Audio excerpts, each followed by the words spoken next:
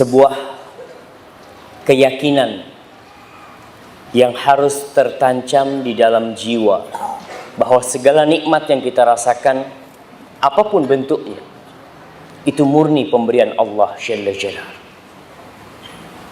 Sehingga tidak pantas seorang hamba merasa bangga tatkala dia berbuat kebaikan, karena kebaikan itu sejatinya adalah karunia Allah Jalla Jalaluhu. Kita pun bisa sampai ke tempat ini, Anda bisa duduk bersama antum, itu karena Allah Jalla Jalaluhu.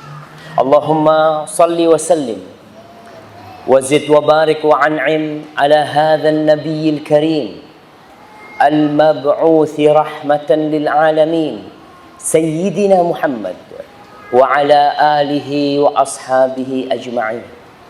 Ya Allah, semoga salawatmu, salam berkah dan nikmatmu senantiasa kau tambahkan untuk Nabi yang mulia, yang engkau utus sebagai rahmah untuk alam semesta ini, junjungan kita Nabi Muhammad sallallahu alaihi wasallam, dan untuk keluarga beliau, untuk istri-istri beliau, untuk putra-putri beliau, dan untuk seluruh sahabat Nabi dan orang-orang yang mengikuti beliau kelak sampai akhir zaman.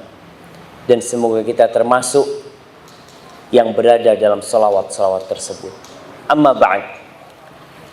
Ma'asyal ikhwah rahimakumullah, antum masih ingat dengan perkataan seorang penyair yang mengatakan tajrir riyah bima la tashtahi sufun.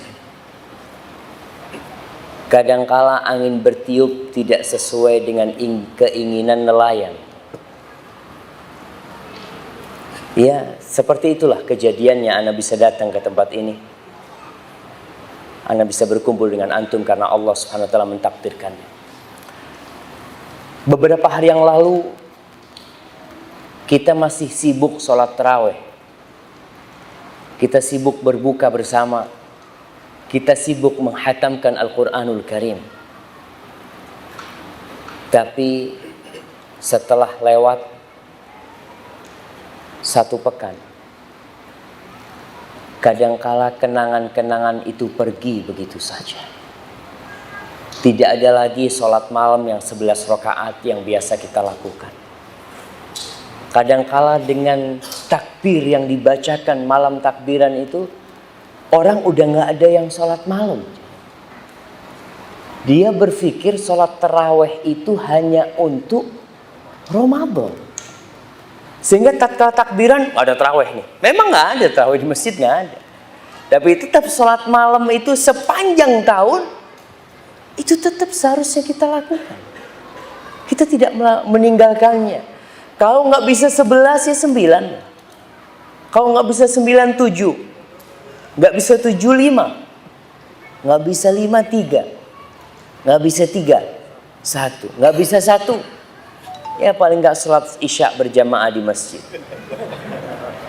Kata Rasul sallallahu alaihi wasallam, man shallal isya fil jamaah faka'annama qama nisfal lail. Barang siapa yang sholat isya berjamaah, seakan-akan dia bangun setengah malam. Sholat setengah malam dia. Wa man shallal fajra fi jamaah faka'annama qama al-laila kullah.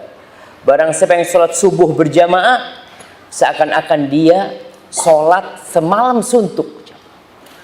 Maka kalau antum nggak bisa tuh sholat witir ya, usahakan sholat berjamaahnya tetap dijaga di masjid. Karena kadangkala ada beberapa nilai yang kurang tepat. Sholat tarawih rame, sholat duhur sepi. Padahal sholat sunnah itu lebih utamanya di rumah. Kenapa ketika sholat sunnah malah rame masjidnya, ketika sholat berjamaah sepi? Maka usahakan tetap kita jaga nilai-nilai Ramadan. Dan malam ini kita mengkaji sebuah materi yang sebenarnya materi ini sangat ringan sekali. Dan seharusnya yang hadir itu bukan antum ketika membahas materi tersebut. Materi ini pantasnya dibahas kepada orang-orang yang tidak pernah melangkahkan kakinya ke rumah Allah Subhanahu wa taala. Materi ini seharusnya dibahas di tempat-tempat ketika manusia lupa dengan tujuan hidup mereka.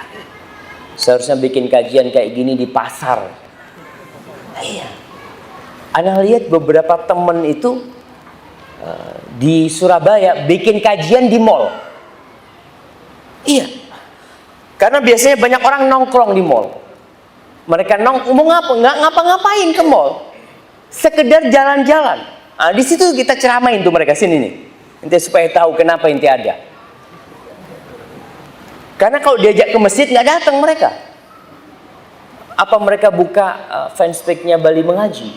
Enggak, kayaknya kita yang harus datengin tuh mereka tuh.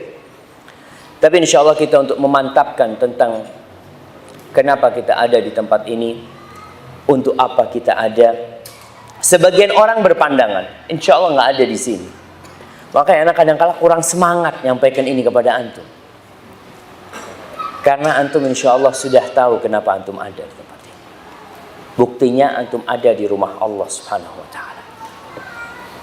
Sebagian orang berpandangan bahwa kehidupan ini hanya sebuah kebetulan. Kita ada kebetulan. Mentari terbit dari timur, ya karena kebetulan dia terbit dari timur. Tenggelam di barat pun kebetulan, nggak tenggelam dia di arah utara atau selatan. Kita punya orang tua, itu juga kebetulan. Sehingga mereka berpandangan akhir kehidupan manusia itu ya juga kebetulanan juga dia mati. Dan itu sudah ada sebelum masa Nabi Muhammad sallallahu alaihi wasallam. Dan sampai hari ini pun ada orang yang berpandangan waqalu ma hiya illa hayatuna dunya namutu wa nahya wa ma yuhlikuna illa ad-dahr. Mereka mengatakan kehidupan ini tidak lain hanya kehidupan dunia yang kita mati, hidup, dan yang membuat kita musnah itu adalah zaman. Mereka tidak percaya dengan adanya pencipta. Mereka hanya percaya rahim-rahim itu melahirkan, kemudian kuburan-kuburan itu menelan jasad kita, dan di antara waktu lahirnya kita sampai matinya manusia itu hanya pergulatan mencari rizki, mencari makan, persaingan bisnis, persaingan rumah, kendaraan, sebuah pergerakan dan rutinitas yang tanpa tujuan dan target yang nyata. Mirip dengan kehidupan binatang. Sebagian orang seperti itu. Kita lihat kehidupan binatang. Untuk apa sih binatang itu hidup?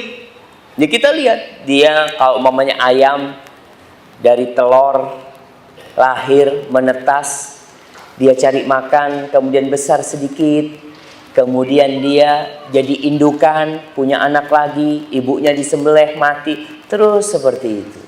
Apakah kita memang diciptakan sama seperti ayam? Terus kenapa Allah berikan kepada kita akal sehingga kita bisa berpikir? Terus kenapa Allah utus utusan-utusannya? Allah turunkan kitab-kitab. Kalau ternyata kehidupan kita itu hanya sebuah rutinitas yang berakhir dengan kematian tanpa ada apa-apa. Pandangan ini sebenarnya sangat bertentangan dengan orang yang punya akal. Apa mungkin kita ini sekarang di masjid dekat Bandara Ngurah Rai. Apa mungkin ada orang didatangkan di Bandara Ngurah Rai? Ini kau duduk di tempat itu, di meja itu, tanpa tujuan apa-apa.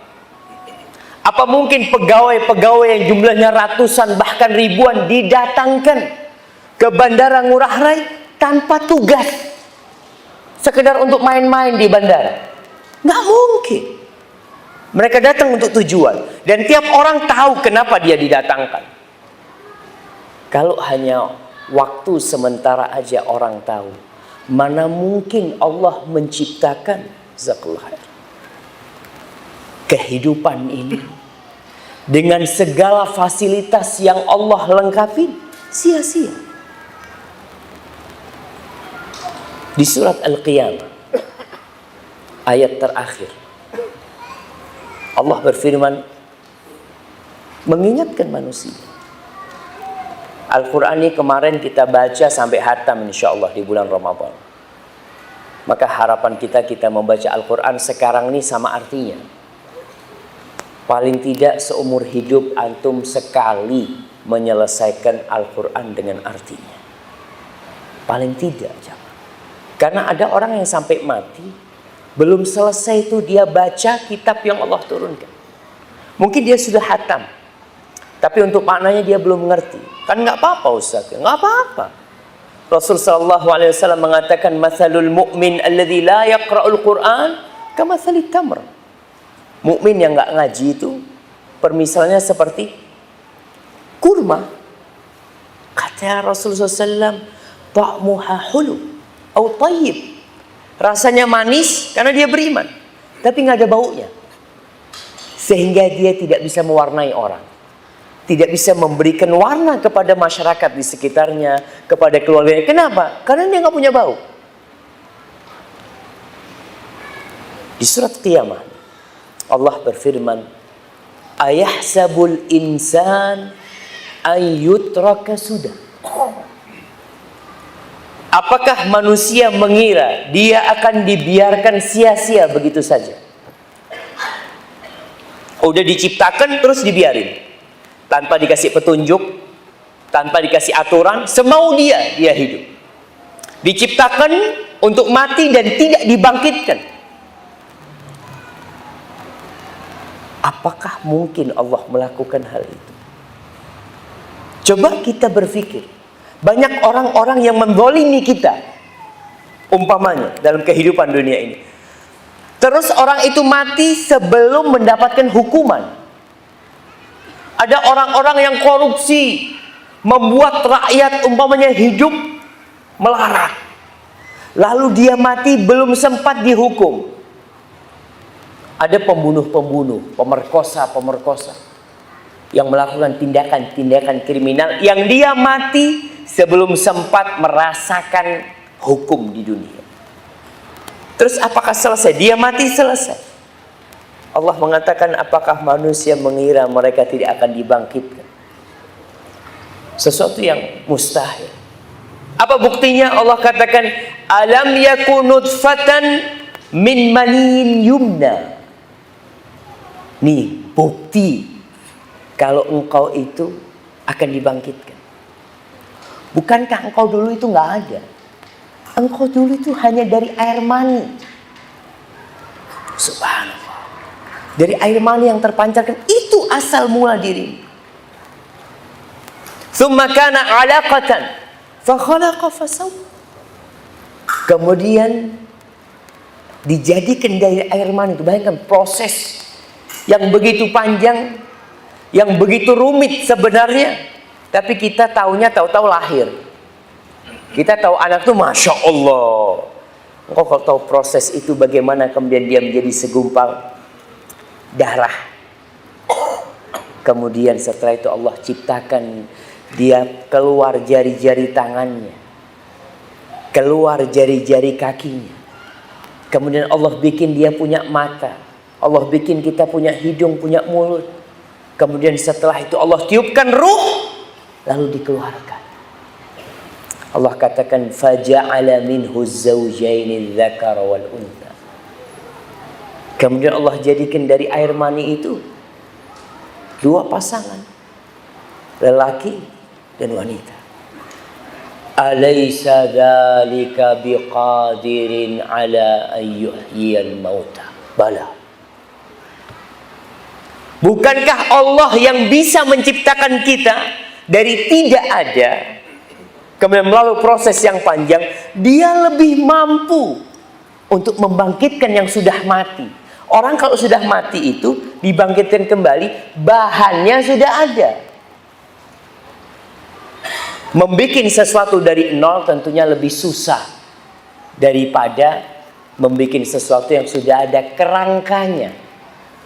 Antum kalau disuruh bikin motor dari awal, dari mulai harus cari bahannya, besinya, kemudian dipanasin besinya, kemudian bikin cetakannya, terus lebih mudah mana? Antum dikasih kerangka motor, habis kebakaran dikatakan ente kembalikan asal. Lebih mudah. Maka tatkala ada orang kafir membawa tulang belulang, dia bawa tulang belulang kemudian dia patahkan di hadapan Rasul sallallahu alaihi wasallam, kemudian dilemparkan. Lalu dia mengatakan man yuhyil idhama wa hiya ramim. Siapa yang bisa menghidupkan tulang yang sudah hancur seperti ini?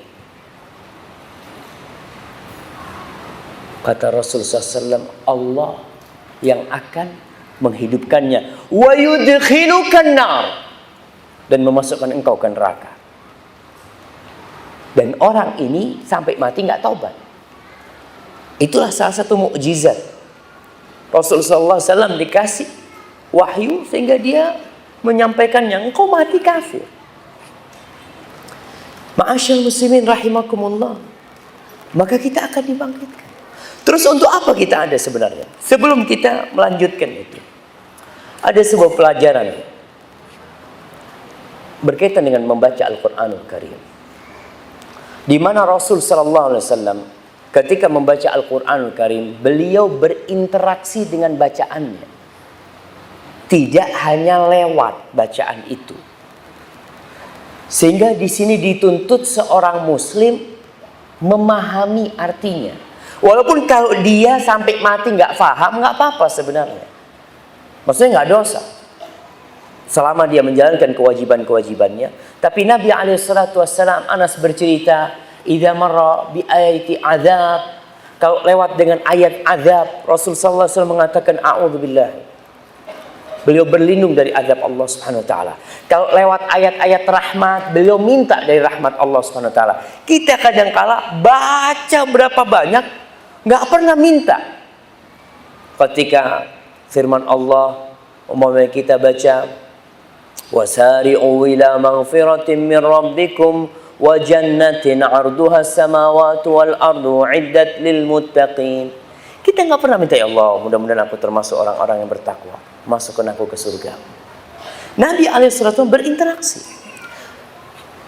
Dalam sebuah hadis yang diriwayatkan oleh Abu Dawud dari Abu Musa an Musa ibn Abi Aisyah, qala kana rajulun yusalli fawqa baitihi. Dulu ada seorang yang sholat di atap rumahnya.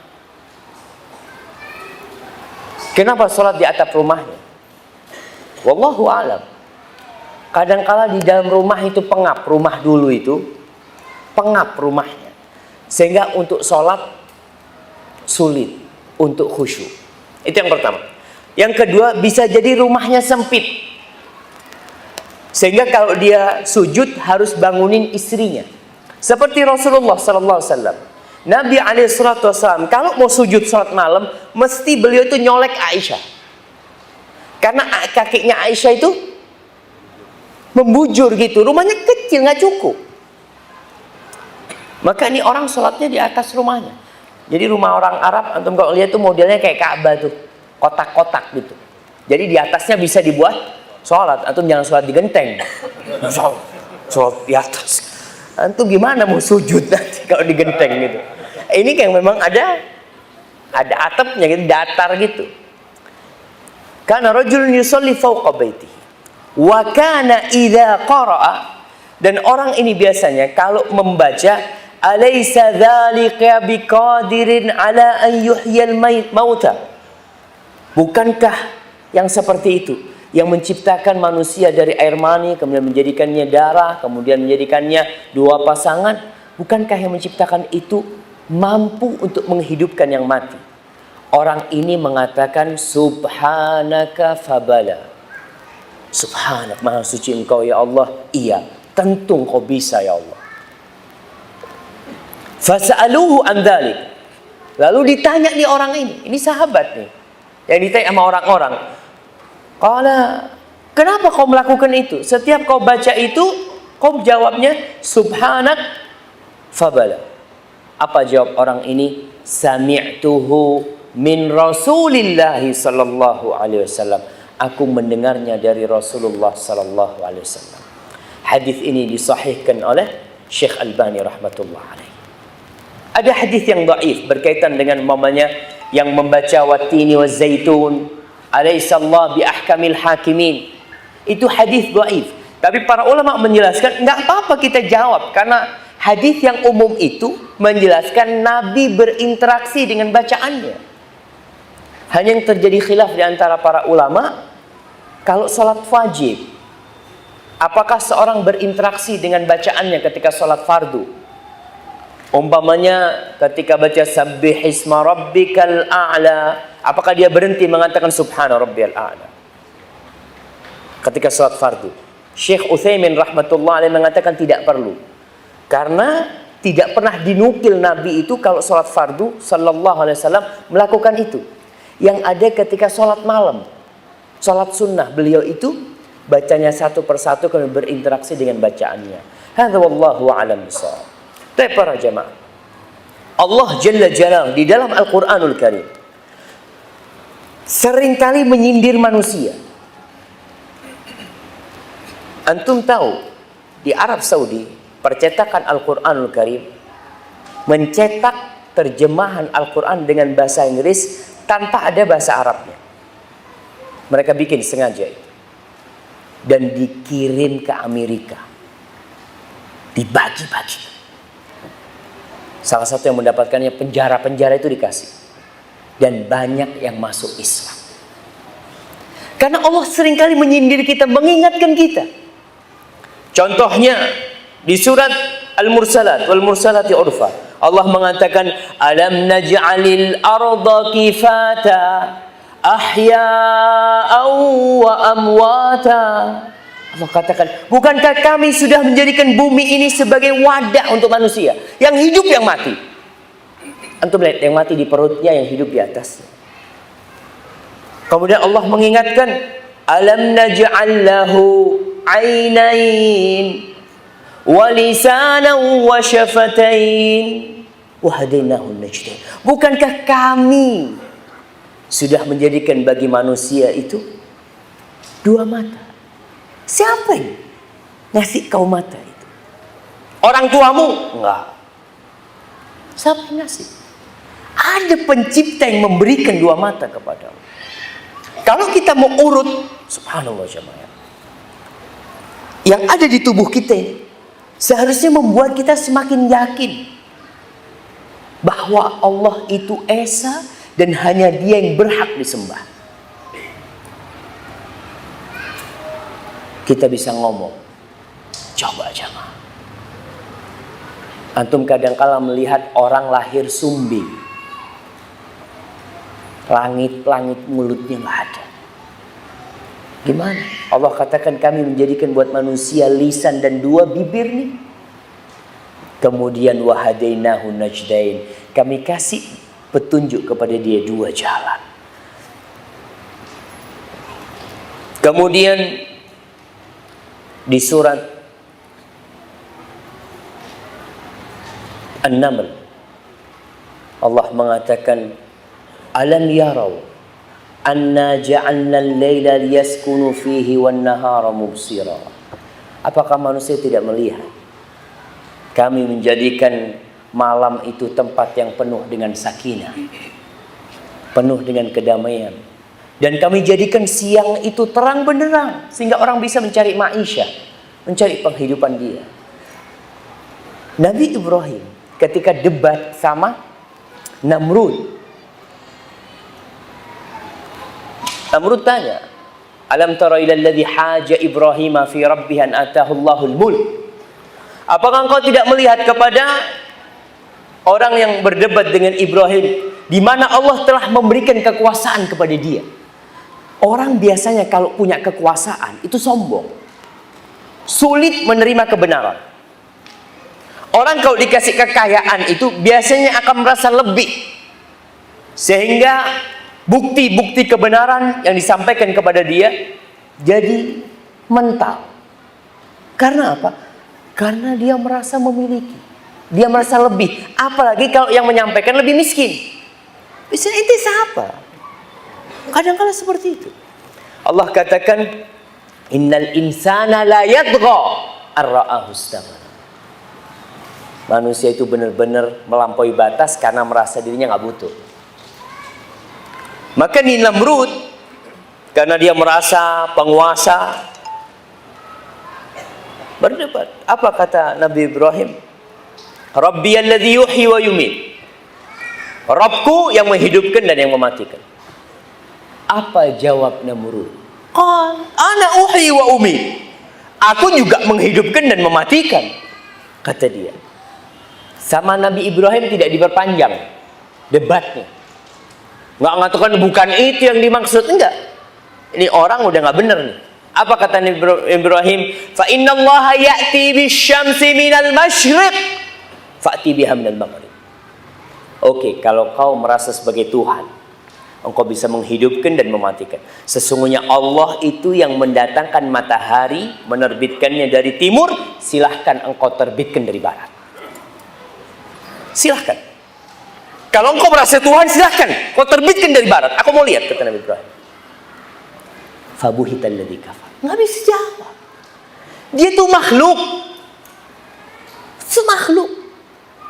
Kadang-kadang merasa lebih dari yang lainnya, kemudian menuhankan dirinya. Seperti Fir'aun. Fir'aun mengatakan, wa hadhil anharu tajri min tahti. Kau tidak melihat di sungai-sungai mengalir dari bawahku. Emangnya Fir'aun yang mengalirkan sungai itu? Nah, dia hidup, lahir, mendapatkan sungai-sungai itu mengalir, kemudian merasa dia lebih dari yang lainnya. Ma'asyiral muslimin rahimakumullah.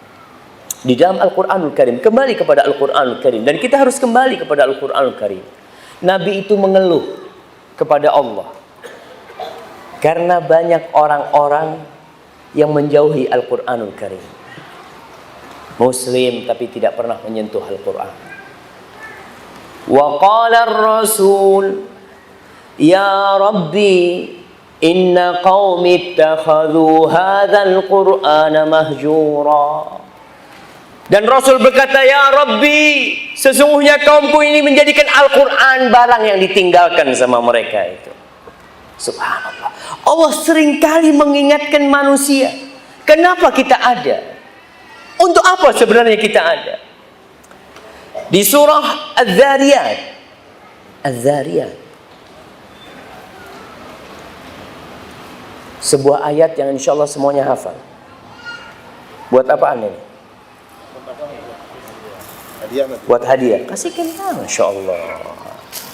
Jamaah namu. Baik.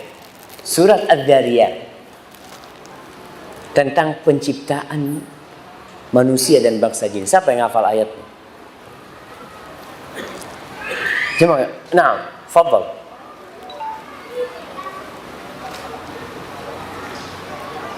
Nah, jemaah antum harus hafal semua ayat itu.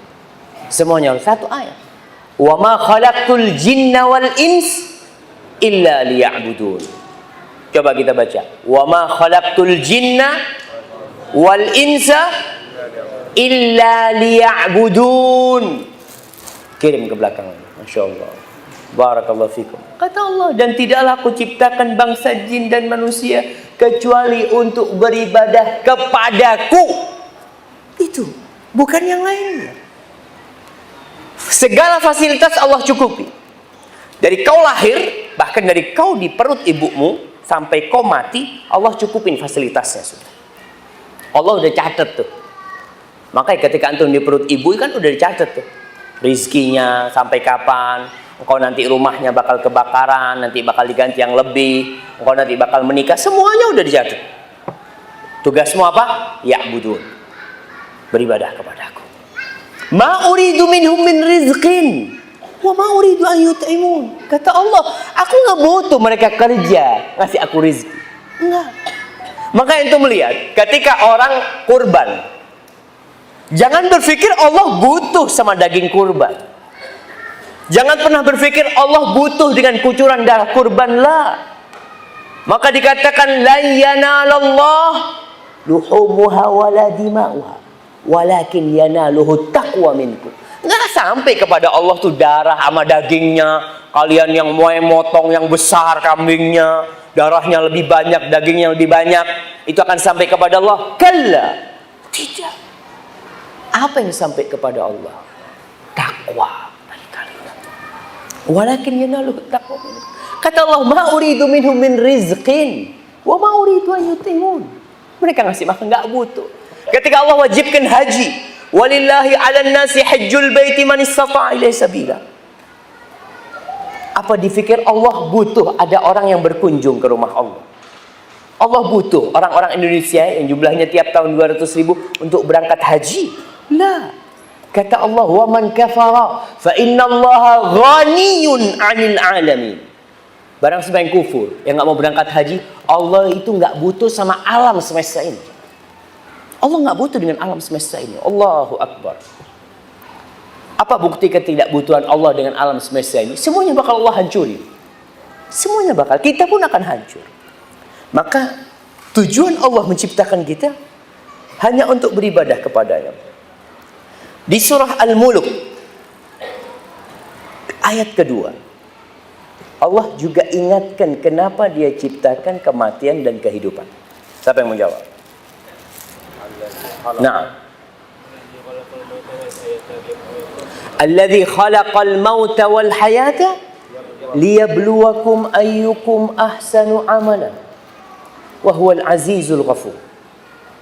Kata Allah, dialah Allah yang menciptakan kematian dan kehidupan. Kenapa Allah mulai dengan kematian? Supaya kita sadar, engkau dulu itu nggak ada. Maka jangan sombong, engkau dulu nggak ada. Engkau dulu itu nggak bisa berdiri. Jangan berdiri, merangkak nggak bisa. Engkau hanya tergolek di atas ranjang. Lahir manusia itu nggak bisa apa-apa. Kau hanya bisa menangis. Semuanya dibantuin orang. Apa engkau nggak sadar bahwasanya ada yang menginginkan keberadaan? Dan engkau lihat orang tuamu mati, kakekmu mati, fulan yang kaya mati, fulan yang miskin mati. Apa sih tujuan hidup ini? Liyabluwakum ayyukum ahsanu amala. Untuk menguji siapa di antara kalian yang paling baik amalannya, bukan siapa yang beramal. Karena masih banyak di masyarakat muslim yang mereka mengatakan yang penting kan sholat, Ustaz. Yang penting kan Islam. Enggak. Yang penting itu bagaimana kita sholat dan diterima. Karena orang yang sholat ada yang masuk neraka. Fawailul lil musalli. Celaka sholat. Yang nggak sholat jangan dibicarakan. Yang sholat aja masih ada kemungkinan dia celaka. Karena sholatnya asal sholat.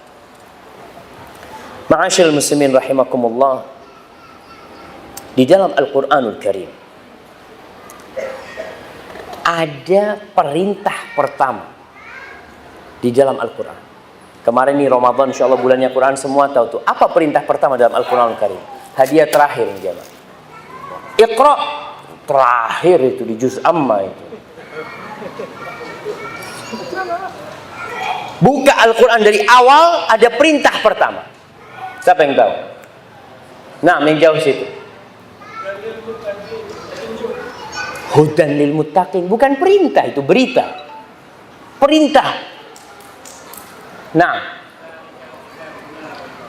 Dzalikal kitabu la raiba fi, itu informasi. Perintah. Apa perintah itu? Laksanakan, lakukan. Nah, alladzina yu'minuna bil ghaib. Mereka orang-orang yang beriman dengan yang gaib. Itu informasi. Perintah cuma. Perintah pertama. Masa satu masjid gak ada yang tahu? Nah, Masya Allah, barakallah. Kalau ada hadiah 3, nak kasih ke antum semua. Tapi tinggal 1 hadiah. Itu antum kalau buka di Al-Quran, awal perintah Allah itu, ya ayyuhan nasu ubudu rabbakumul ladzi khalaqakum walladzina min qablikum la'allakum tattaqun. Ini perintah yang pertama kali dalam Al-Quranul Karim. Apa yang Allah inginkan dari kita? Kadang-kala Al-Baqarah itu lewat, tapi kita belum berhenti di perintah itu. Di dalam Al-Quranul Karim, kira-kira ada 170-an panggilan-panggilan Allah. Allah kadang-kala memanggil ya ayyuhan nas, kadang-kala memanggil ya ayyuhalladzina amanu.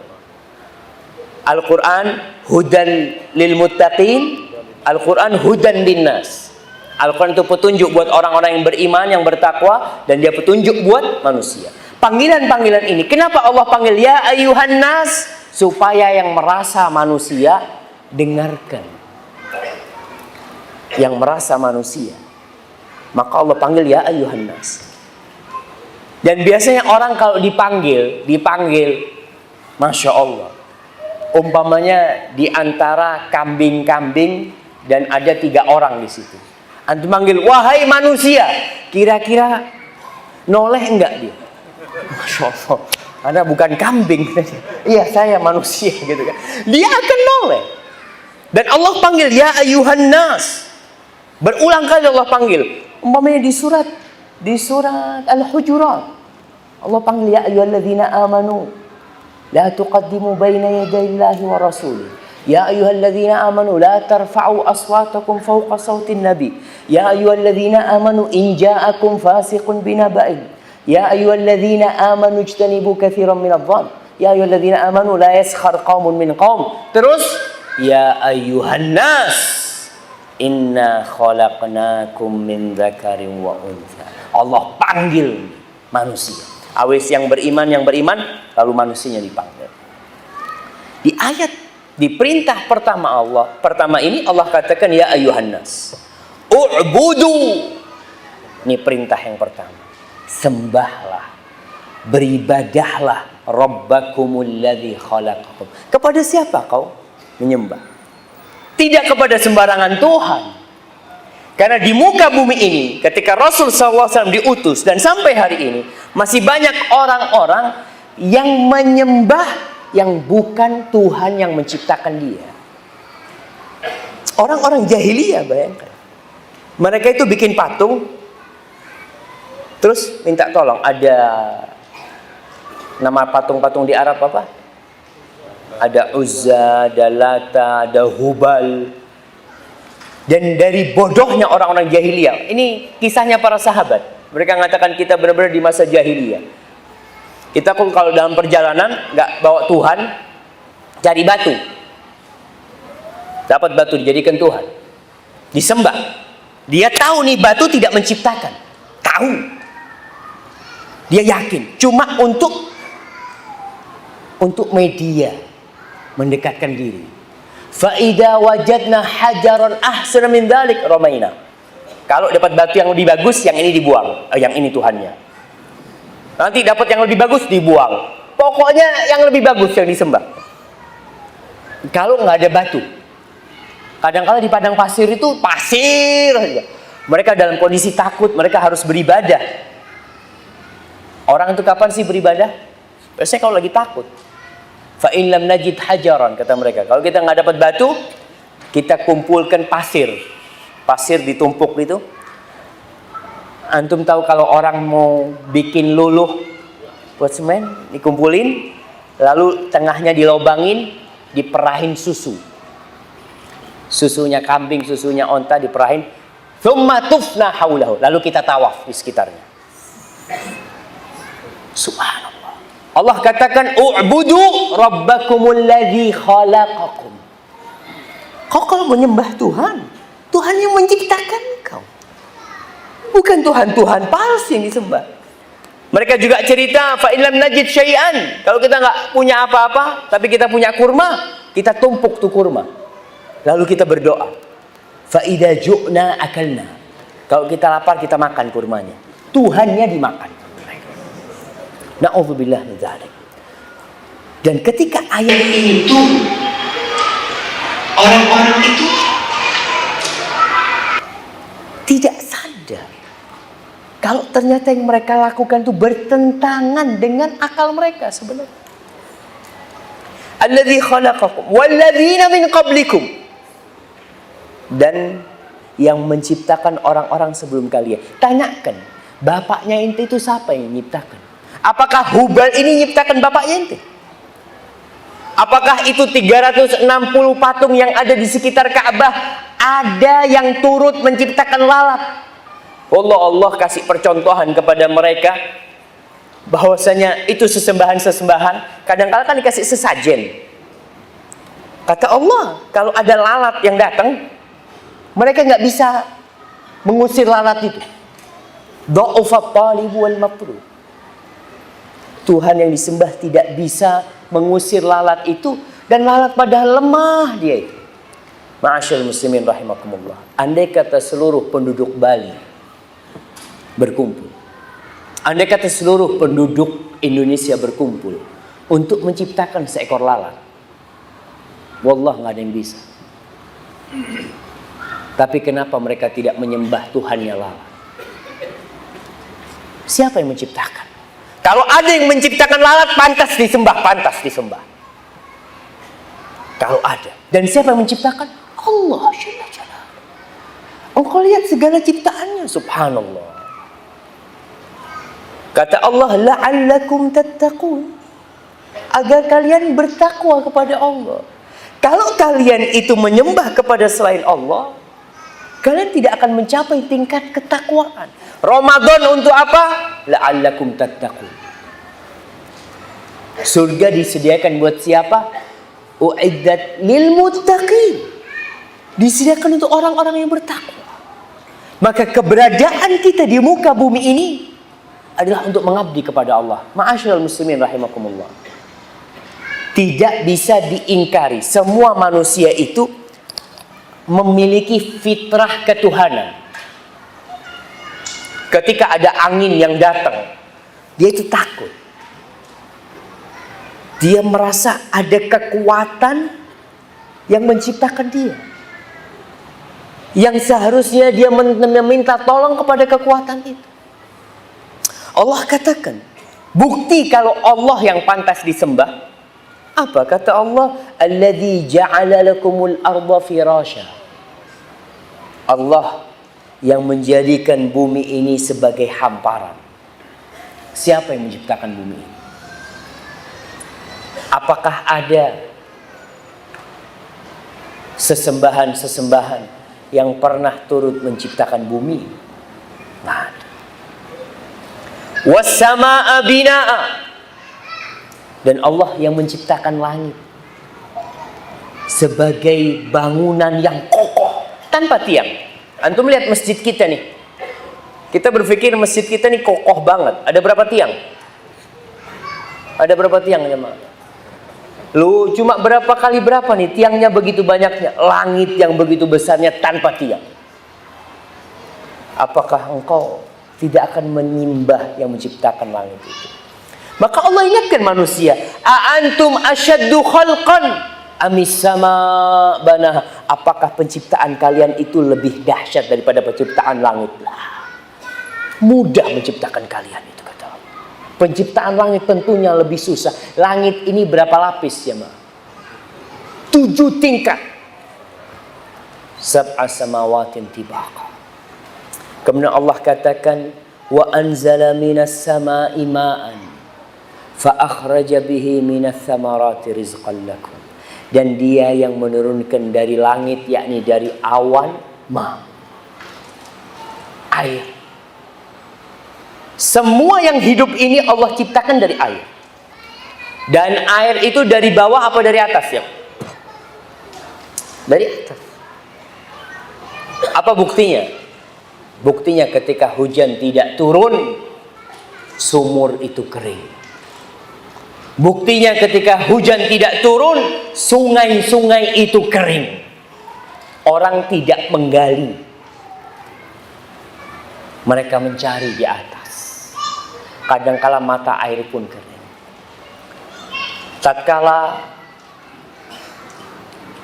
hutan terbakar di Riau, siapa yang mematikannya?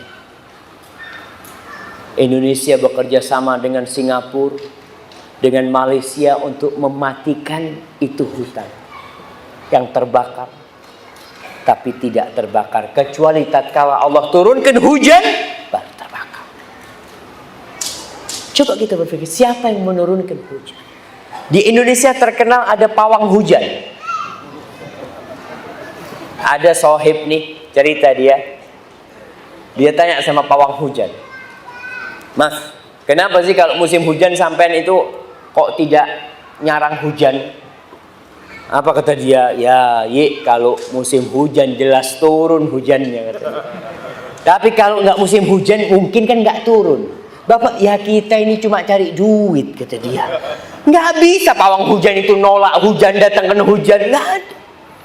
Maka di sini seorang hamba harus yakin kepada pencipta langit dan bumi yang menurunkan hujan.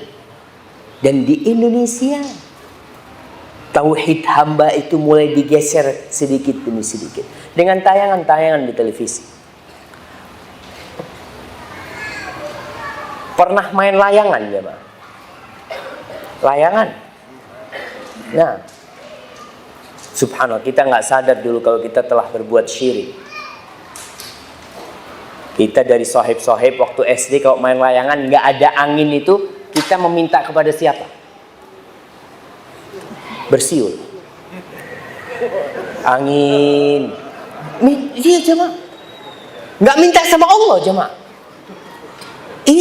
Ini termasuk perbuatan yang seharusnya diluruskan. Padahal kau tahu yang menciptakan itu Allah Jalla Jalaluh, kemudian kau meminta kepada selain Allah Subhanahu wa taala. Maka Allah katakan, "Fala taj'alu lillahi andadan wa antum ta'lamun." Jangan kalian ini menjadikan bagi Allah tandingan-tandingan, sekutu-sekutu, sedangkan engkau tahu. Engkau tahu kalau mereka itu tidak menciptakan dirimu. Siapa yang nggak tahu? Apakah ada orang kafir yang meyakini kalau yang menciptakan dirinya itu adalah patung-patung seperti Hubal, seperti Lata? Mereka tidak. Terus kenapa mereka meminta kepada Lata, Hubal, dan Uzza? Apa kata mereka? "Ma na'buduhum illa liyuqarribuna ilallahi zulfa." Kata mereka, kita tidak menyembah mereka, melainkan sekedar untuk mendekatkan diri kepada Allah Subhanahu wa taala. Jadi sebagai perantara buat mereka. Padahal Allah tidak butuh perantara. Kita ketika sholat, apa yang kita katakan? Iyyaka, ka, hanya kepadamu. Na'bud wa iyyaka nasta'in. Maka ma'asyiral muslimin rahimakumullah, kita ada untuk mentauhidkan Allah. Segala fasilitas yang Allah berikan kelak akan kita pertanggungjawabkan. Kembali kepada masa depan anak-anak kita. Hati-hati dengan tayangan-tayangan di televisi. Ada sebuah tayangan di televisi yang suka ditonton anak-anak ya. Apa namanya? Avatar. Apa? Al-Fatar apa? Hah? Avatar. Yang anak kecil bisa nguasain angin, nguasain. Nah, subhanallah jamaah. Itu mengajarkan kesyirikan. Dan film-film dari barat ya yang banyak yang hadir di Indonesia, rata-rata pesan yang disampaikan itu tidak ada hari kebangkitan. Itu pesan yang disampaikan kepada kita. Sehingga manusia tidak sadar bahwasanya dia diciptakan untuk mengabdi kepada Allah Jalla Jalaluhu. Silahkan engkau mengabdi kepada Allah dimanapun engkau berada. Dan seorang muslim, detik-detik dari kehidupan dia seharusnya mendekatkan diri kepada Allah Subhanahu wa taala. Tidak harus di masjid. Allah katakan kepada orang yang habis salat Jumat, apa kata Allah? "Fa idza qudiyatis shalah fantashiru fil ardh. Kalau selesai sholat, silahkan kalian itu bertebaran di bumi. Ya, maka kita lanjutkan habis sholat isya. Hadza wa sallallahu ala nabiyyina Muhammadin wa ala alihi wasallam. Alhamdulillah. Wassalatu wassalamu ala Rasulillah, amma ba'd. Setelah sesi pertama itu, insyaallah kita semua semakin yakin bahwa keberadaan kita di muka bumi ini hanyalah untuk mengabdi kepada Allah Subhanahu wa taala. Semua fasilitas yang Allah berikan yang ada di tubuh kita atau yang di luar, itu semua adalah untuk menguji siapa di antara kita yang paling baik amalannya. Allah berfirman di surat Al-Kahf, "Inna ja'alna ma 'alal ardi zinatan laha linabluwahum ayyuhum ahsanu amala." Kata Allah, kami menjadikan semua yang ada di muka bumi ini sebagai perhiasan. Perhiasan itu biasanya menggoda, membuat orang lupa dan lalai dengan perhiasan itu, sehingga dia lupa dengan tujuan hidup yang sebenarnya. Kata Allah, kami jadikan perhiasan di muka bumi itu untuk menguji siapa di antara mereka yang paling baik amalannya. Dan semua perhiasan yang ada ini bakal Allah hancurkan ketika masa ujian itu selesai.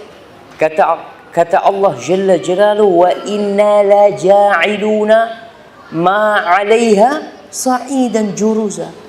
Dan kami akan menjadikan semua yang ada di muka bumi ini, semuanya Allah akan jadikan menjadi pasir atau debu yang berterbangan. Orang-orang kafir pernah bertanya kepada Rasulullah SAW, nanti bagaimana dengan gunung-gunung? Apakah juga akan hancur? Mereka mengatakan, wa yas'alunaka 'anil jibal faqul yansifuha rabbi nasfa fayadharuha qa'an safsafa la tara fiha 'iwajan wala amta. Mereka bertanya, bagaimana dengan gunung-gunung nanti? Kata Allah, katakan kepada mereka, gunung-gunung itu akan Allah hancurkan rata sama tanah. Nggak ada orang pernah punya rumah di sini dulu, rumah ana dulu di sini perusahaan, nggak ada. Semuanya akan rata dan hilang tanda-tanda itu semua. Para jamaah, ingat kita adalah hamba Allah Subhanahu wa taala. Apapun pekerjaan kita, jangan lupa kalau kita hamba Allah. Allah menjadikan ujian terberat manusia itu nafsunya dan iblis yang sudah bersumpah kepada Allah kalau dia akan mencari sohib sebanyak-banyaknya ke dalam api neraka. Tidak sedikit di antara umat manusia yang lupa tujuan hidup dia, sehingga kerjanya dari pagi sampai siang, dari siang sampai malam hanya untuk perut dan yang di bawah perut. Itu aja bicara. Sehingga tatkala datang kematian, dia belum mempersiapkan diri untuk hal itu.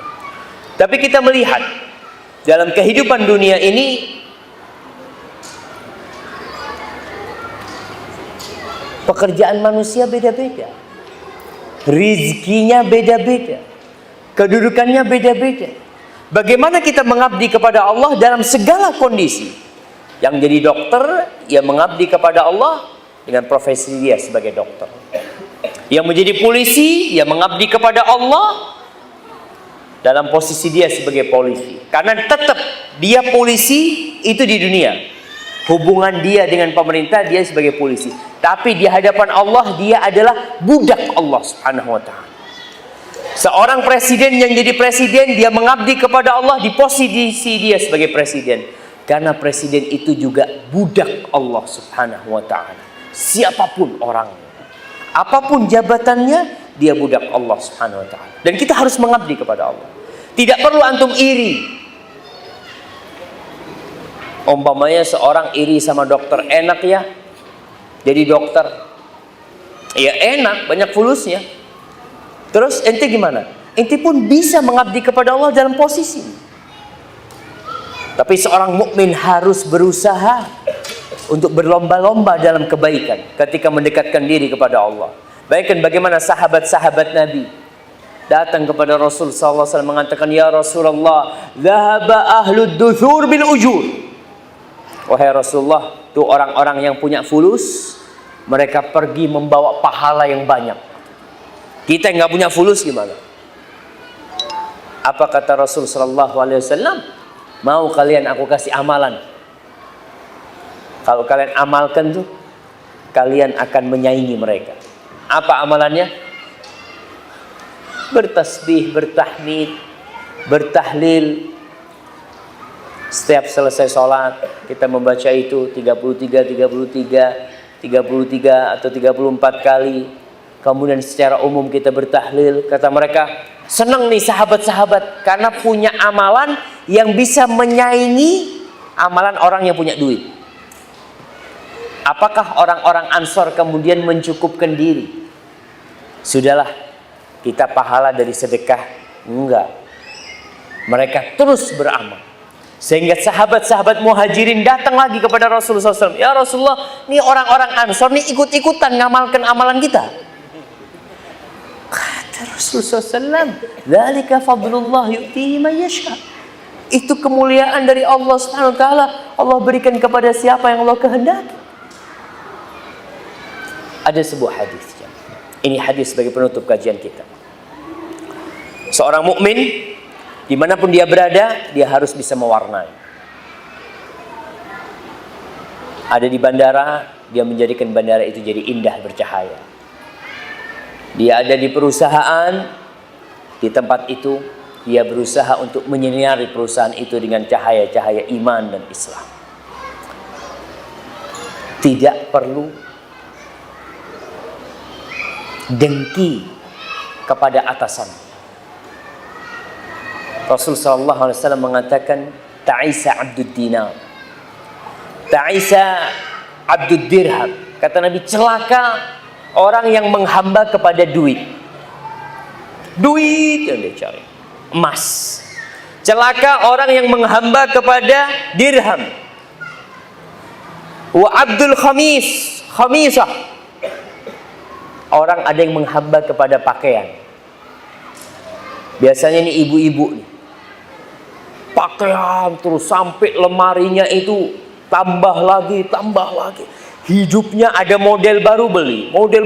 Terus yang dipikirkan hanya pakaian buat dia. Celaka tuh kata Rasulullah SAW. In u'tiya radi. Nih hamba kalau dikasih sama Allah ridho. Wa in lam yu'ta sakhit.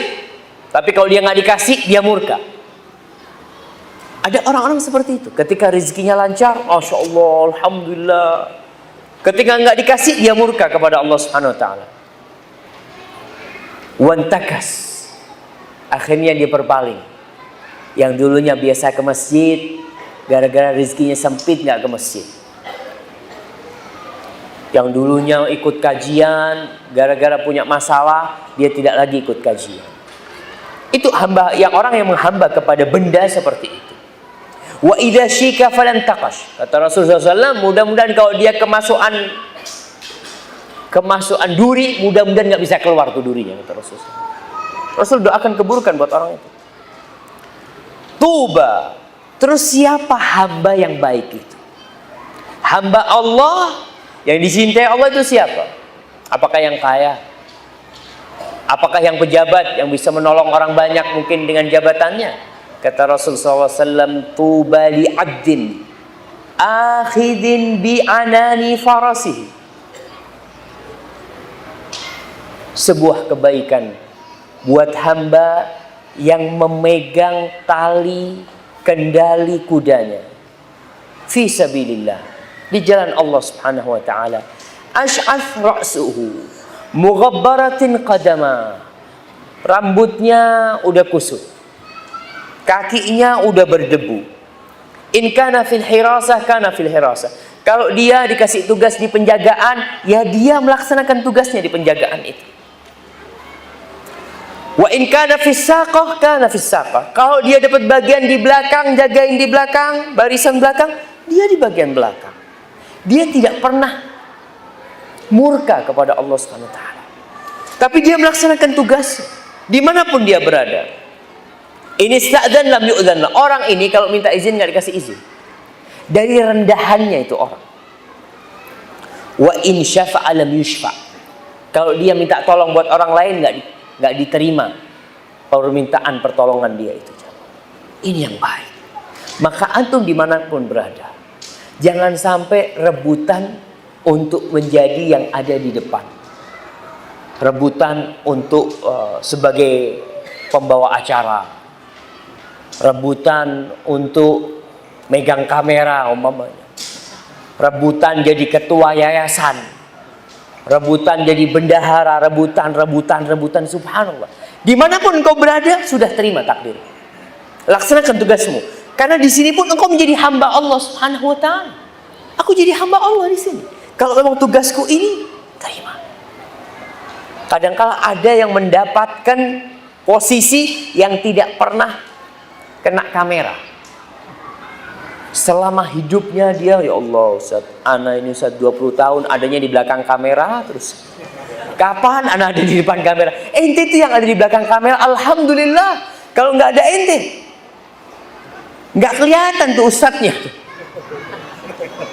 Pahala dia begitu besarnya jemaah. Subhanallah. Maka dimanapun kau berada, tunjukkan kalau kau hamba Allah. Dan ingat, apapun posisimu, jabatanmu sebagai hamba Allah lebih tinggi daripada posisimu dan jabatan. Karena ada orang-orang yang lupa bahwa dia budaknya Allah. Karena dia berada di dalam posisi yang begitu besarnya, kemudian tidak lagi taat kepada Allah Subhanahu wa taala. Ma'asyiral muslimin rahimakumullah. Sampai kapan kita menjadi budak Allah? Sampai kapan kita begini nih Ustaz? Capek kayak gini sampai kapan? Apa kata Allah? Wa'bud rabbaka hatta ya'tiyakal yaqin. Terus engkau beribadah kepada Allah, kepada Rabbmu sampai kematian datang menyebut. Jangan pernah merasa bangga dengan amal kebajikan. Karena setan tidak pernah berhenti menggodain kita. Setan tuh godain kita dari dua cara. Dari syahwat dan syubhat. Kalau orang ini suka dengan syahwat, maka maka setan memalingkan dia kepada mengikuti syahwatnya. Tapi kalau orang ini ahli agama, maka setan nggak mampan kalau dia mengajak orang ini berzina, mengajak orang ini minum khamar. Enggak, orang ini sukanya ke masjid. Ya sudah, maka setan akan menggoda orang itu lewat syubhat, sehingga akan teracuni pemikiran-pemikiran yang tidak benar dalam beribadah. Ada yang beribadah berlebih-lebihan. Seperti ingat 3 sahabat. Yang satu mengatakan, aku akan puasa terus, tidak akan berbuka. Menurut pikiran kita baik. Bagus apa nggak bagus ya, Ma? Orang puasa terus bagus. Yang satu mau sholat malam, tidak mau tidur. Dia mau sholat mendekatkan diri kepada Allah. Yang satu lagi maunya beribadah selama hidupnya, tidak menikah. Kalau secara akal pikiran kita bagus, tapi secara syariat ternyata kata Rasul sallallahu alaihi wasallam, "Ama wallahi inni akhsyakum lillahi wa atqakum." Tahu kalian nih, aku nih adalah orang yang paling bertakwa kepada Allah, yang paling takut kepada Allah di antara kalian semua. Aku puasa dan aku berbuka. Aku sholat malam dan aku tidur. Dan aku menikah dengan wanita. Faman raghiba an sunnati falaysa minni. Barang siapa yang benci dengan sunnahku, maka bukan dari golonganku. Kembali kepada beribadah yang berlebih-lebihan. Akhirnya muncul kelompok-kelompok dalam Islam ini yang mengklaim dirinya adalah paling benar. Bahkan mereka mengkafirkan semua yang tidak ikut kelompok mereka. Seperti ISIS mungkin sekarang yang kita lihat ya. Yang mereka mengklaim pengeboman yang ada di Medina, pengeboman yang di Jeddah, mereka melakukan itu. Mereka benar-benar seperti sabda Rasul sallallahu alaihi wasallam. Nabi mengatakan tentang orang-orang Khawarij ini dahulunya. Apa kata Rasul sallallahu alaihi wasallam? Yatrukuna ahlal awthan wa yaqtuluna ahlal Islam. Mereka membiarkan penyembah-penyembah berhala dan mereka membunuh orang-orang Islam. Ini salah satu syubhat syaitan. Anda pernah mendengarkan salah satu telepon antara orang ISIS sama temannya. Apa kata dia? Syuf, kata dia, membunuh kalian ini lebih utama daripada membunuh orang kafir asli. Karena kalian murtad semua. Dan orang yang murtad halal darahnya. Itu yang mereka lakukan. Dan ini termasuk penyimpangan yang dilakukan oleh syaitan kepada berlebih-lebihan dalam beribadah.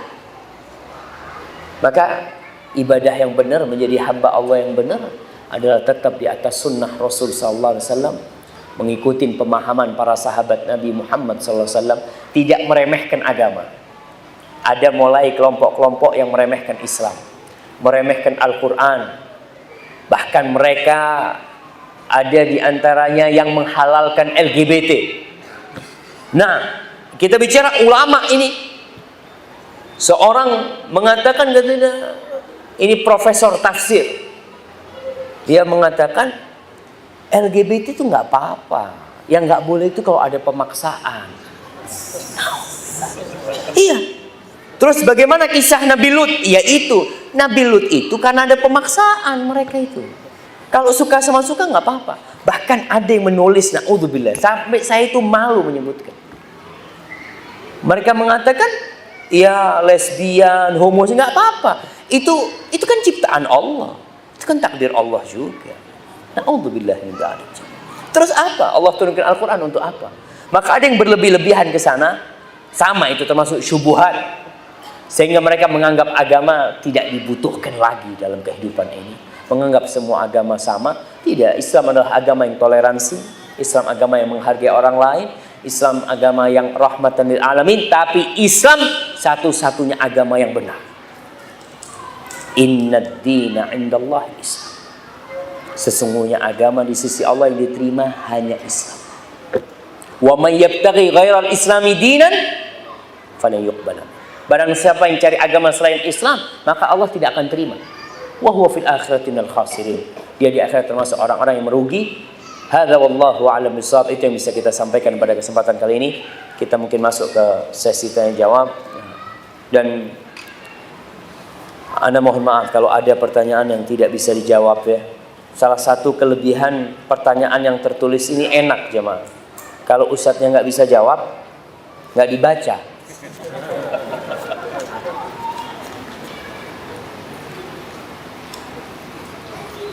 Nah, saya ingin bertanya, bagaimana cara kita beribadah agar diterima oleh Allah SWT? Kenapa sih jemaah? Ada orang yang masih menyingkat pujian buat Allah Subhanahu wa ta'ala. Mungkin enggak orang mengatakan, ya YTH Ustadz Syafi. YTH. Enggak. Memang sekarang ini alhamdulillah sarana sudah mudah menulislah Subhanahu wa ta'ala. Subhanahu wa ta'ala itu akan kita dapatkan di catatan timbangan kebaikan kita. Di rapot kita nanti kita akan dapetin. Kalau yang kita tulis SWT, yang ada di rapot apa? Ya SWT. Apa yang kita tulis itu yang akan kita dapatkan. Baik, saya ingin bertanya bagaimana cara kita beribadah agar diterima oleh Allah Subhanahu wa ta'ala. Ketika Allah menurunkan Nabi Adam alaihissalam dari surga, Allah mengatakan, fa imma ya'tiyannakum minni huda faman tabi'a hudaya fala khaufun 'alaihim wala hum yahzanun. Dan di ayat lainnya, faman tabi'a hudaya fala yadhillu wala yashqa. Kata Allah, kalau datang hidayah kepada kalian nanti, ini Allah mengatakan kepada Nabi Adam, yang ngikutin hidayah itu maka hidupnya akan penuh dengan ketentraman dan kebahagiaan. Dia tidak akan takut dan dia tidak akan khawatir. Dia tidak akan tersesat dan dia tidak akan sengsara hidupnya. Apa hidayah yang Allah turunkan? Allah utus para nabi. Maka beribadah tidak sembarangan. Allah turunkan kitab-kitab kepada para nabi. Lewat itulah kita beribadah. Sehingga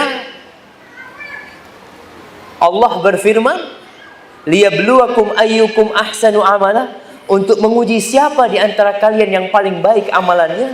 Kata Fudail bin Iyad, Allah tidak akan menerima amalan sampai amalan itu jadi benar dan baik. Benar dan baik. Benar itu dari mana kita tahu? Dari mana jemaah? Benar itu ya karena ada tuntunannya. Umpamanya kenapa kita salat zuhur 4 rakaat? Ustaz, mungkin salat zuhur 4 rakaat itu kalau masjidnya nggak pakai AC. Kalau pakai AC kan kenapa nggak 8 rakaat Ustaz?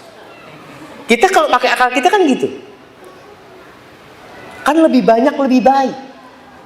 Salat subuh, oke lah Ustaz. Salat subuh itu kan Nabi dulu kan bacaannya panjang-panjang 2 rakaat. Sekarang imamnya cuma baca kulhu sama qul a'udzu falaq. Masa 2 rakaat juga? Kita berpikir dibikin aja 6 rakaat. Enggak. Kalau secara akal mungkin itu baik.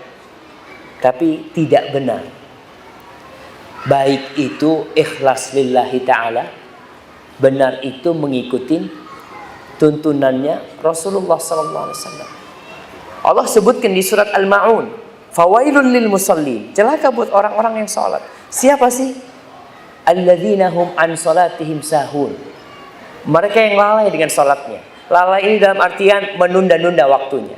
Salat zuhur pas waktu asar, salat asar pas waktu maghrib, tidak sesuai dengan syariatnya, tidak mengikuti sunnah Rasul SAW. Alladzina hum yura'un. Di sini dia riya, tidak ikhlas lillahi ta'ala. Maka syarat diterimanya amalan itu syahadat kita, asyhadu an la ilaha illallah wa asyhadu anna Muhammad Rasulullah. Asyhadu an la ilaha illallah menuntut kita untuk ikhlas. Engkau kan bersaksi bahwa tiada yang berhak disembah kecuali Allah. Ya udah, kenapa kau beribadah untuk yang lainnya? Itu ikhlas. Syarat yang kedua sesuai dengan sunnah Rasulullah SAW. Kenapa? Karena engkau bersaksi asyhadu anna Muhammadan Rasulullah sallallahu alaihi wasallam. Hadza wallahu a'lam bissawab. Dalam melaksanakan salat, bagaimana caranya agar kita bisa khusyuk dalam mengerjakannya? Masya Allah, ini pertanyaan yang sangat sulit ya, Ma. Karena khusyuk dalam salat itu sesuatu yang sangat mahal sekali. Kalau kita bicara teori, ya bicara teori. Kalau menjelaskan agar kita salat khusyuk itu ada pemanasan salatnya. Qobliyah. Orang kalau qobliyah kan mulai itu dia. Tapi kadang-kala kita mau salat wajib masih ngobrol sama sohib. Ente tadi naik apa? Naik motor. Yang mana? Ini imam sudah Allahu Akbar. Salat dulu. Allahu Akbar. Mau gimana mau khusyuk ini? Baru. Kalau jual susah memang. Maka kita harus persiapkan adanya pemanasan tadi. Salat sunnah itu termasuk yang menggiring kita untuk lebih khusyuk. Kemudian memahami apa yang dibaca. Kalau kita tidak paham dengan yang kita baca, ya kadang-kala tetap khusyuk. Ada orang-orang yang salat di Masjid Nabawi, ya kadang-kala imamnya nangis, ya nangis. Insyaallah. Habis soli ditanya sama sahibnya, ente kenapa ente nangis? Nggak tahu, imamnya nangis itu juga enak ada nggak nangis. Kan ada orang-orang yang terharu ya, dia itu nangis karena terharu aja dia, bukan karena khusyuk. Imamnya khusyuk, dia bukan karena khusyuk. Jadi kadang-kala memahami artinya itu membuat kita lebih khusyuk, membuat kita lebih khusyuk. Kemudian bacaannya, Rasul Sallallahu Alaihi Wasallam bacaan rukuknya, bacaan sujudnya, bacaan iftitahnya itu beragam, tidak satu, bervariasi. Kalau mau menyebut itu salah satu yang menyebabkan kita lebih khusyuk. Kenapa? Karena kita akan mengingat-ingat. Kita nih, anak mau baca yang ini. Umpamanya ketika sujud, Allahumma laka sajadtu. Apa terus ya? Karena dia baru ngafalin nih. Tapi kalau subhana rabbiyal a'la, dia sambil mikir sepedanya subhana rabbiyal a'la, lewat dia kayak gitu. Tapi kalau ada sesuatu yang, tapi jangan sampai itu bikin-bikin gitu, bukan. Sunnah-sunnah Rasul kita amalkan. Terus bacaan suratnya. Kalau antum punya surat-surat baru, itu menyebabkan antum lebih khusyuk. Hafalan baru ya umpamanya. Antum mau hafalnya kulhu. Tahu-tahu hari itu antum pagi ngafalin wadduha. Antum Allahu Akbar itu Wadduha. Wadduha. Apa? Tapi itu menyebabkan antum mengingat, hadir dalam salatnya. Tapi kalau antum sudah hafal, antum sampai tasyahud akhir itu, coba tanya habis tasyahud, tadi ente rakaat pertama kedua baca surat apa? Surat apa ya? Kadang-kadang dia lupa. Karena sudah menjadi rutinitas buat dia. Maka dengan bacaan-bacaan yang baru itu membantu kita untuk khusyuk. Kemudian hadirkan kebesaran Allah Subhanahu wa taala. Rasul SAW mengatakan, "Idza shalla ahadukum fala yabsuq baina yaday." Apabila orang salat enggak boleh dia meludah di depannya, wala an yamini, di kanannya enggak boleh meludah. Kenapa? Fa innama huwa yunaji rabbah. Dia itu sedang bermunajat kepada Rabbnya. Di sini dia menghadirkan ketika dia mengatakan iyyaka na'budu wa iyyaka nasta'in. Banyak beban hidup yang antum tumpahkan di iyyaka wa iyyaka nasta'in. Sama engkau ya Allah, aku cuma minta tolong ya Allah. Mau minta tolong sama siapa lagi? Maka itu insya Allah akan membuat kita lebih khusyuk ya. Kemudian salat berjamaah ke masjid itu termasuk yang membantu khusyuk buat para lelaki. Ketika dia datang dari rumahnya, itu dunia dia taruh itu. Tapi kalau untuk salat di rumah, kadang-kala Allahu Akbar, ting dong, ya Allah, siapa ini datang? Itu baru sholli sudah. Baik, barakallahu fikum. Nah, saya mau bertanya, apakah boleh kita sholat di suatu ruangan, di ruangan itu terdapat patung sebagai sesembahan? Nggak boleh.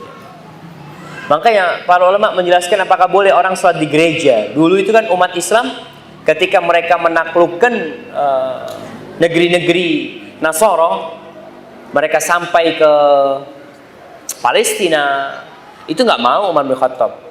Ketika disuruh sholat di gereja, ada gereja kuno di situ, malah Umar sholat di luarnya. Ketika tidak ada tempat, gimana Ustaz? Nggak ada tempat, kecuali itu yang disediakan untuk sholat Jumat umpamanya. Ini di negeri non-muslim, umat Islam mau sholat Jumat. Maka sebenarnya ulama mengatakan ditutup semua patung-patung itu. Harus ditutup. Tapi lebih baik cari tempat lain macam mana. Hadza wallahu a'lam bishawab.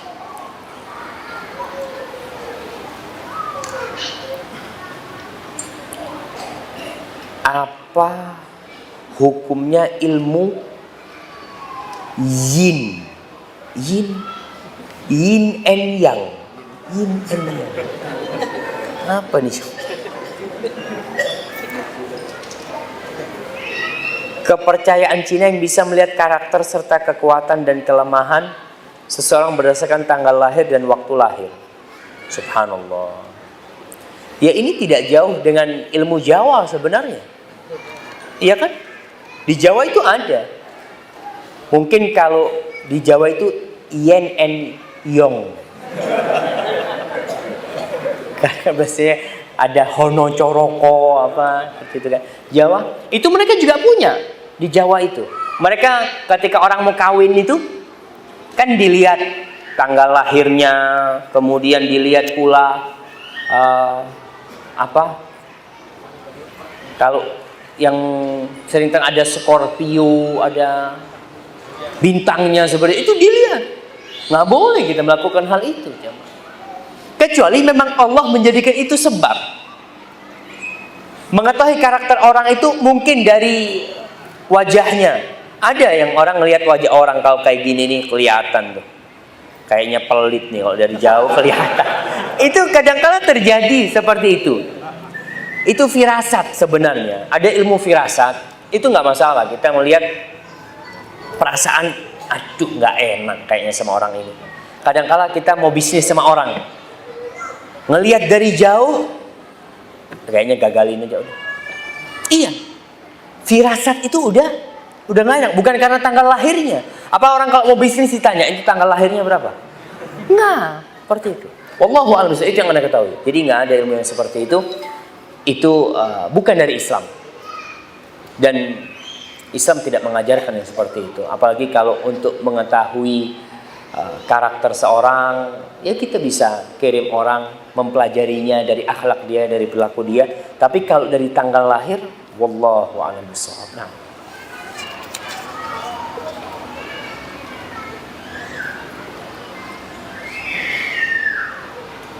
Nah, bagaimana cara menasihati orang tua kita yang masih belum mengenal atau belum bisa mengamalkan sunnah karena lingkungan sehari-harinya kurang mendukung? Subhanallah.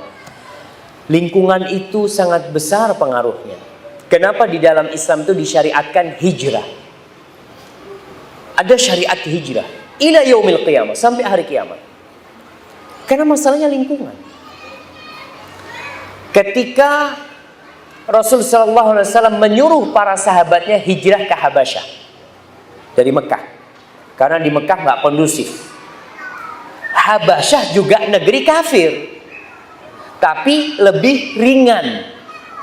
Godaan untuk agama mereka lebih ringan, tapi ternyata tetap pengaruhnya besar. Ada sahabat Nabi yang murtad. Istrinya siapa? Suaminya siapa? Suaminya Ummu Habibah. Jadi murtad dia. Padahal dia awalnya muslim. Karena lingkungan. Maka pengaruh lingkungan ini sangat besar sekali. Kita yang seharusnya menciptakan lingkungan itu. Kalau berkaitan dengan orang tua kita, banyak anak itu yang merantau. Sehingga dia tidak bisa sering-sering berkumpul sama orang tuanya. Mungkin cuma ketika mudik, ya Ustaz, anak susah nasihat orang tua. Itu berapa kali nasihat orang tua? Ya cuma kalau mudik seminggu sama ente, setelah itu 350 hari bersama lingkungannya. Oleh karena itu Al-Auza'i, Ibn Rahuyah, apa Al-Auza'i, satu antara dua orang ini, Ishaq Ibn Rahuyah insyaallah. Ketika itu dia di Libanon, tahu-tahu ada orang datang, orang Persia. Ditanya, ente dari mana? Dari Tastur. Tastur itu daerah Iran sana, Irak sana. Ditanya, ente muslim? Iya, anak muslim, kata dia. Orang tua ente masih majusi. Anak ninggalkan dia masih majusi. Apa kata gurunya ini? Yang mengatakan, coba kau pulang. Jangan kau tinggalkan orang tuamu. Mungkin orang tuamu bisa dapat hidayah lewat dirimu. Ini baru nyampe nih, suruh pulang. Ya udah pulang. Ketika pulang ternyata bapaknya sakit. Dia rawat bapaknya. Bapaknya bingung melihat anaknya berbakti sama dia. Padahal beda agama. Itulah Islam. Islam ini Allahu Akbar. Walaupun kafir orang tuanya, Allah mengatakan wasahibhuma fid dunya ma'rufa. Tetap kau harus menemani keduanya dengan cara yang ma'ruf dalam kehidupan dunia ini. Walaupun orang tuamu kafir.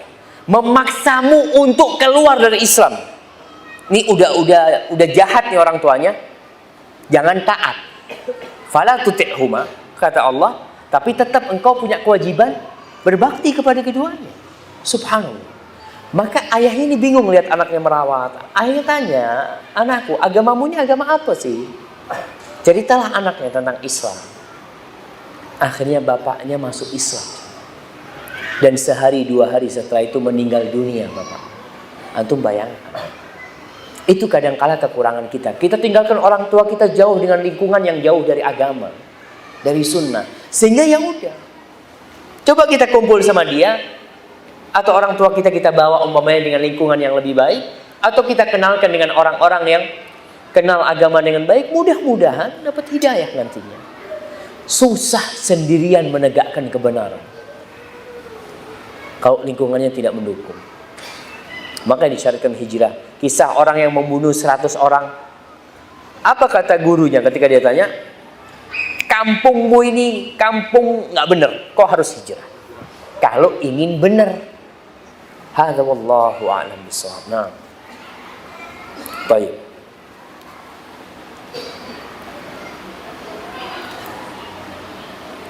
Bagaimana hukumnya membawa nasi lengkap kemudian dibawa ke seorang tokoh masyarakat untuk dimintakan doa bagi orang yang sudah meninggal? Iya, ini namanya tawassul. Di dalam Islam itu ada 3 tawassul yang disyariatkan. Yang pertama tawassul dengan Asma'ullah al-Husna, seperti doa ketika Lailatul Qadar. Allahumma innaka afuun tuhibbul afwa. Lihat deh, 2 kata pertama kita tidak berdoa. Kita mengatakan Allahumma innaka, ya Allah sesungguhnya engkau maha pemaaf. Tuhibbul afwa, engkau cinta dengan maaf. Baru kita minta fa'fu anni, Allah ampuni, maafkan aku ya Allah. Itu tawassul dengan asma Allah al-husna. Ya Ghafur, ighfirli ya. Itu nggak masalah. Tawassul yang kedua, tawassul dengan amal soleh.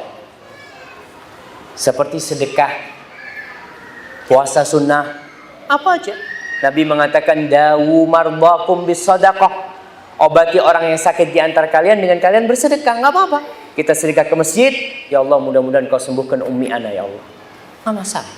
Itu tawassul dengan amal soleh. Yang ketiga, tawassul dengan doa orang soleh yang masih hidup. Boleh. Kita datang ke rumah orang soleh itu, ya biasanya kita bawa oleh-oleh atau apa. Tapi Anda nggak tahu maksudnya nasi lengkap ini apakah itu sekedar oleh-oleh buat sang tokoh masyarakat. Kalau memang dia orang yang soleh ya, nggak apa-apa jemaah. Kita datang tuh kepada orang soleh minta doanya nggak apa-apa. Tapi syaratnya dia masih hidup. Dan benar orang itu orang soleh, bukan dukun. Nah, kita harus, jangan sampai yang kita datengin dukun. Datang, para ulama itu masih tetap seperti itu. Datang kepada gurunya, mengatakan, guruku doakan anak. Anak ngomong sama abahnya, mau Mi-nya, Mi, besok anak mau ujian, Mi, doakan anak Mi ya. Mi, anak besok mau berangkat ke Bali, doakan. Itu nggak masalah. Itu termasuk tawassul dengan doa orang soleh yang masih hidup. Para sahabat minta doanya Rasul SAW. Minta doanya Abbas, minta doanya orang-orang soleh. Tidak semua orang dimintain doa. Makanya ketika minta hujan, Umar bin Khattab bertawassul dengan Abbas. Dipanggil Abbas, sini, kau doa minta sama Allah buat kita. Berdoa, nggak apa-apa itu jamaah. Tapi jangan itu jadikan kebiasaan sehingga kita nggak mau berdoa. Ente kenapa nggak minta? Wallah, ana takut tidak dikabulkan.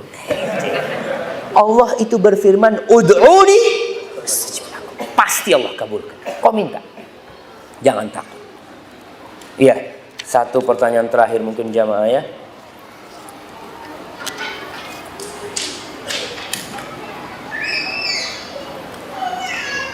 Nah, Ustaz, dulu saya kerja di tempat riba. Sekarang saya ingin tobat, tapi saya bingung cara membersihkan harta yang saya beli bercampur antara uang halal dan riba. Tolong penjelasannya. Barakallahu fiik. Iya. Jadi riba harta haram ini ada dua macam. Ada yang barangnya haram. Ada yang cara mendapatkannya haram.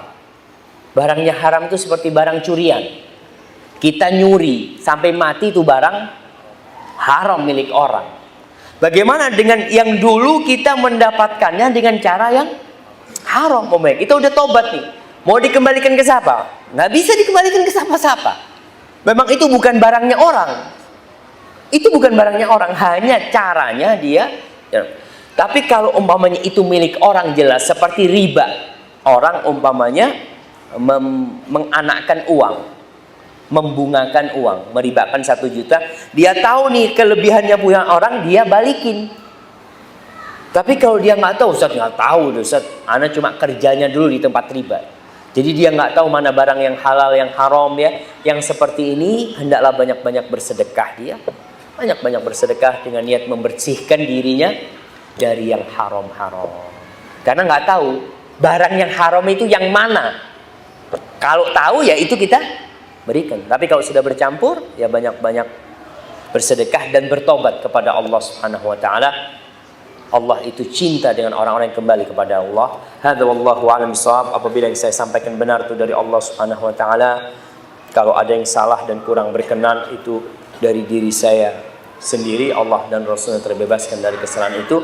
Subhanakallahumma bihamdika asyhadu an la ilaha illa anta astaghfiruka wa atubu ilaik. Assalamualaikum warahmatullahi wabarakatuh.